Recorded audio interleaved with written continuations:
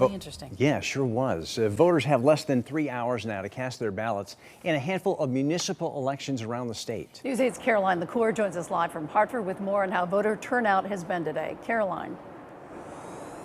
And Darren, yeah, earlier today I got a chance to speak with a couple of volunteers at the polls in New Britain, and they say since voting booths opened around 6 a.m., they've seen a pretty steady turnout, hitting around 300 ballots casted at around 11:30 this morning. However, of course, they're expecting a rush as a lot of people are getting out of work right about now. Already around over 200,000 have beat them to the punch, sending in votes either through absentee or early voting. Secretary of the State Stephanie Thomas says it is too soon to tell if those numbers will help with voter turnout this year. Urging voters to head to the polls, Thomas says historically these so-called off-year municipal elections show about a 30% turnout rate compared to an 80% turnout rate for presidential races.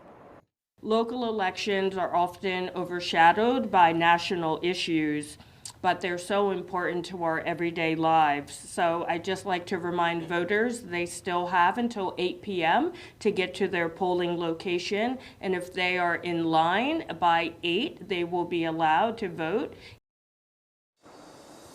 Now, of course, this year, a lot of polling locations are also dealing with new tabulators, with 7 out of around 1,200 reporting issues. However, a lot of technicians of that tabulator company are stationed across the state and have been able to resolve those. As you already heard, polling locations are open until 8 o'clock tonight. We will continue our live coverage about these key races and the results on air and online as we learn more. For now, live in Hartford, Caroline LaCour, News 8.